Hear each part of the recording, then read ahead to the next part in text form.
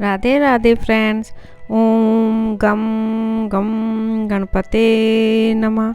ओम नमो भगवते वासुदेवाय।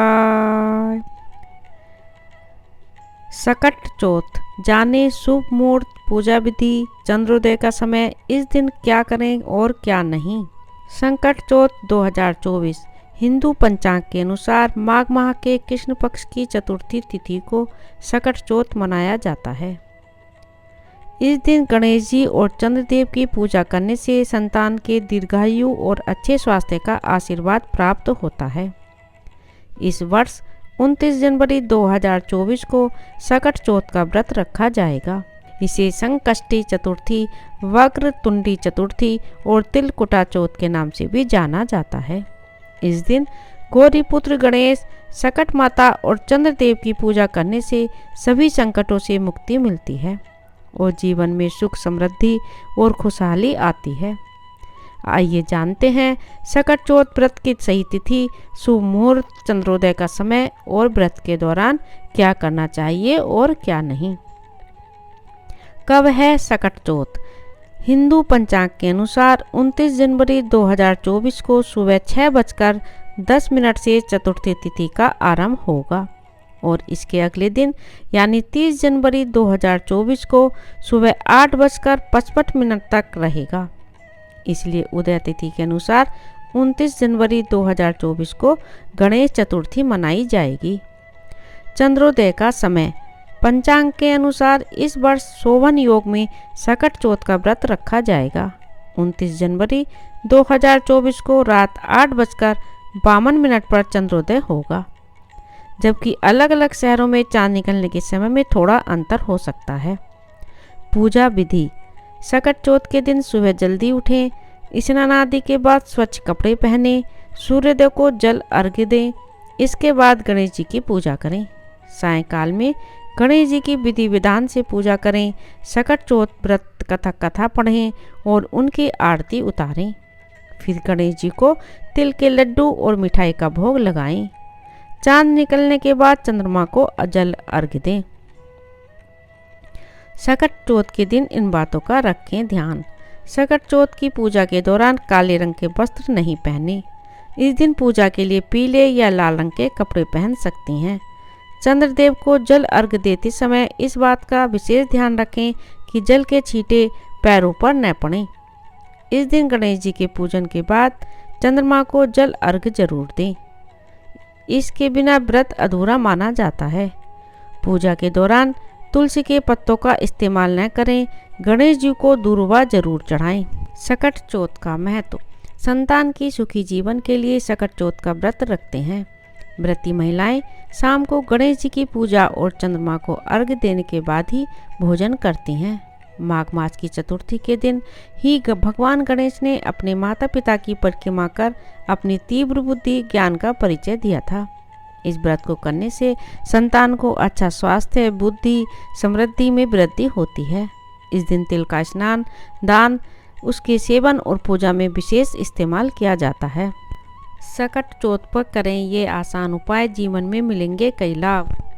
सकट चौथ पर करें इस मंत्र का जाप। सकट चौथ के विशेष दिन पर ओम गम गणपते नमः मंत्र का जाप 108 बार करना चाहिए। माना जाता है कि ऐसा करने पर व्यक्ति के सभी दुख दूर होते हैं और मनोकामनाओं की पूर्ति होती है।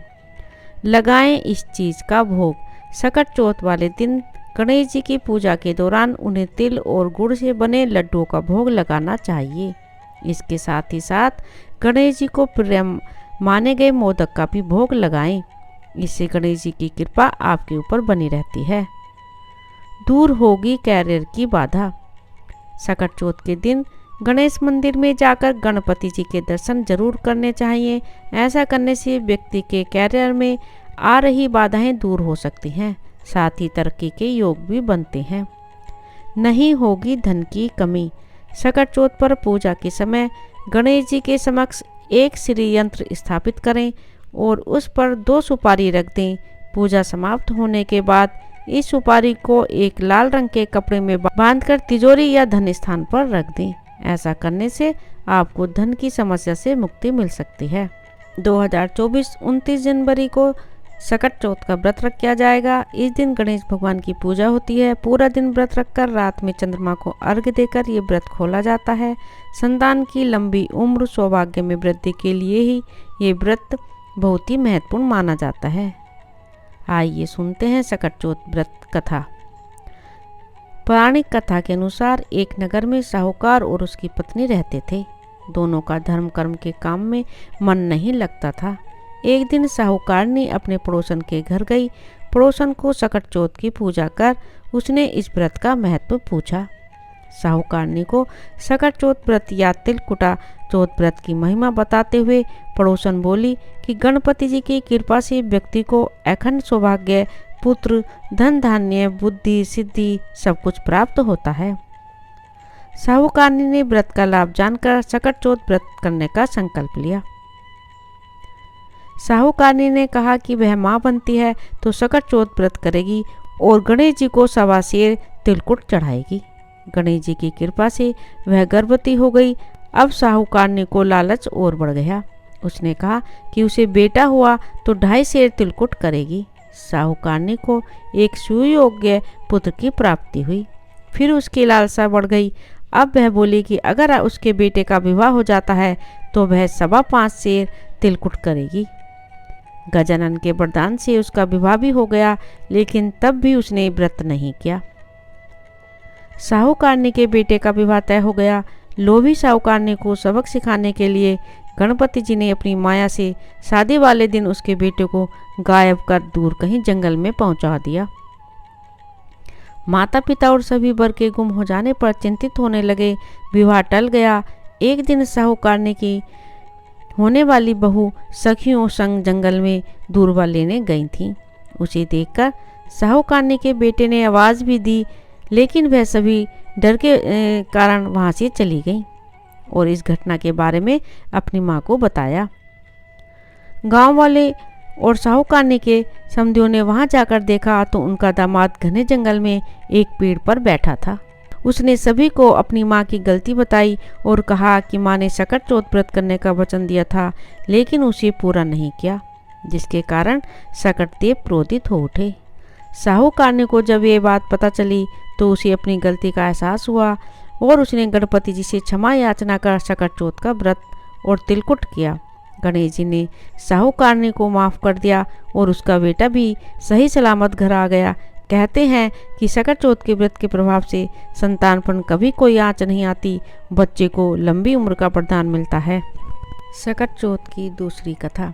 पौराणिक कथा के अनुसार एक बार देवता गण संकट में घिरे हुए थे तो वे कैलाश पर्वत पर भगवान शिव की शरण में आए। वहाँ पर भगवान गणेश और कार्तिकेय जी उपस्थित थे। भगवान भोलेनाथ ने अपने पुत्रों कार्तिकेय और गणेश जी से पूछा कि तुम दोनों में से कौन देवताओं के संकट को दूर करेगा। दोनों ने ही कहा कि वे देवताओं को संकट से उबार सकते हैं। भगवान महादेव ने कहा कि तुम दोनों में से जो पहले धरती की परिक्रमा करके आएगा उसे ही देवताओं के संकट को दूर करने का अवसर मिलेगा। यह सुनते ही कार्तिकेय मोर पर सवार होकर पृथ्वी की परिक्रमा करने चल दिए। गणेश जी का वाहन मूषक था और उससे पृथ्वी की परिक्रमा जल्दी कर पाना संभव नहीं था। तब गणेश जी ने अपने माता पिता की परिक्रमा करनी शुरू कर दी। 7 बार परिक्रमा करने के बाद वे अपने माता पिता को प्रणाम करके एक तरफ खड़े हो गए। कुछ देर में कार्तिकेय जी वहां आ गए और स्वयं को विजेता बताने लगे। इस पर शिव जी ने गणेश जी से पूछा कि उन्होंने पृथ्वी की परिक्रमा करने की जगह माता पिता की परिक्रमा क्यों की। तब गणेश जी ने कहा कि माता पिता के चरणों में ही समस्त लोक होता है। यह सुनकर भगवान शिव प्रसन्न हुए और गणेश जी को विजयी घोषित किया। उन्होंने गणेश जी को देवताओं के संकट दूर करने का आदेश दिया। साथ ही गणेश जी को आशीर्वाद दिया कि जो व्यक्ति चौथ के दिन व्रत रखकर तुम्हारी पूजा करेगा और चंद्रमा को अर्घ्य देगा उसके सभी संकट दूर होंगे और पाप मिटेंगे। उसे पुत्र, धन, सुख और समृद्धि आदि की प्राप्ति होगी। राधे राधे।